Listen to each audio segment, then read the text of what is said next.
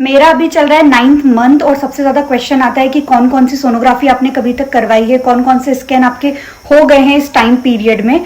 तो भैया मेरे साथ सबसे पहले तो फर्स्ट मंथ में ही चोट हो गई थी कि मेरा ना फर्स्ट मंथ में ही उन्होंने सोनोग्राफी कर डाली। मतलब जिस दिन मैं डॉक्टर को दिखाने गई उसके 15 दिन बाद उन्होंने सोनोग्राफी कर दी, तो उसमें हार्ट बीट नहीं आई थी। तो वो वाली जरूरी नहीं है। तो अगर ऐसा आपको बोले ना तो आप तो जाके 3rd मंथ में ही कराना।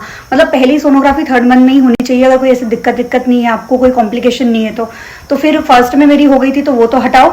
उसके बाद में फिर मेरी 3rd मंथ में सोनोग्राफी हुआ था जिसमें हार्ट बीट और सारी चीजें पता चल गई थी।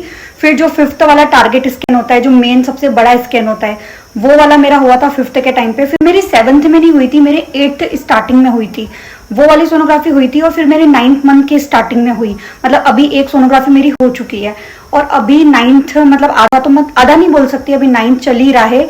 तो अब आगे कौन सी होती है वो तो मुझे नहीं पता, क्योंकि अब 9th में तो फुल टाइम रहता है। तो कोई भी अगर सोनोग्राफी डॉक्टर बोलता है तो करवानी होती है।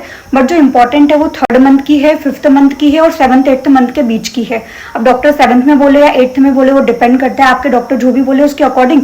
और ये नॉर्मल प्रेगनेंसी की बात हो रही है, अगर कोई कॉम्प्लिकेशन है तो उसकी बात अलग है। तो ये मेरे स्कैन थे। Okay bye.